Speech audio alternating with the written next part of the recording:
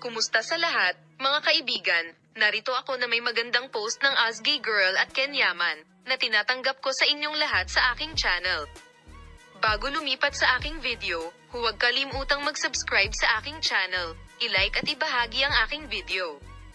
Ang Turkish actress na si Ozgy Girl, na kilala sa kanyang talento, ay gumawa kamakailan ng taos-puso at hindi inaasahang pahayag tungkol sa kanyang relasyon sa kanyang kaibigang aktor na si Ken Yaman.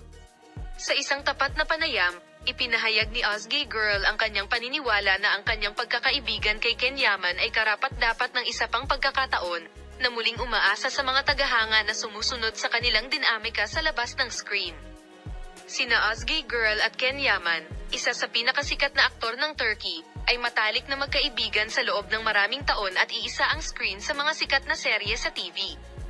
Bagamat malinaw ang kanilang propesyonal na kimika, ang kanilang mga personal na relasyon ay naging paksa ng pagkahumaling at haka-haka. Ipinaliwanag ni Ozgy Girl, na nagbigay ng tapat na panayam, ang kanyang relasyon kay Ken Yaman tulad ng sumusunod. May kakaibang ugnayan sa pagitan nating buhay. Nagbahagi kami ng napakaraming magagandang sandali sa loob at labas ng screen, at naniniwala akong karapat-dapat ang aming mga kaibigan ng isa pang pagkakataon. Inilarawan ni Ozgy Girl si Ken Yaman bilang isang pambihirang tao na nag-iwan ng malaking epekto sa kanyang buhay at binigyang diin ang lalim ng ugnayan sa pagitan nila. Bagamat hindi nagbigay ng mga partikular na detalye si Ozgy Girl tungkol sa likas na katangian ng kanilang mga nakaraang pakikipag-ugnayan o ang mga dahilan ng kanilang mga nakaraang paghihirap, nagpahayag siya ng optimismo tungkol sa muling pakikipag-ugnayan kay Ken Yaman.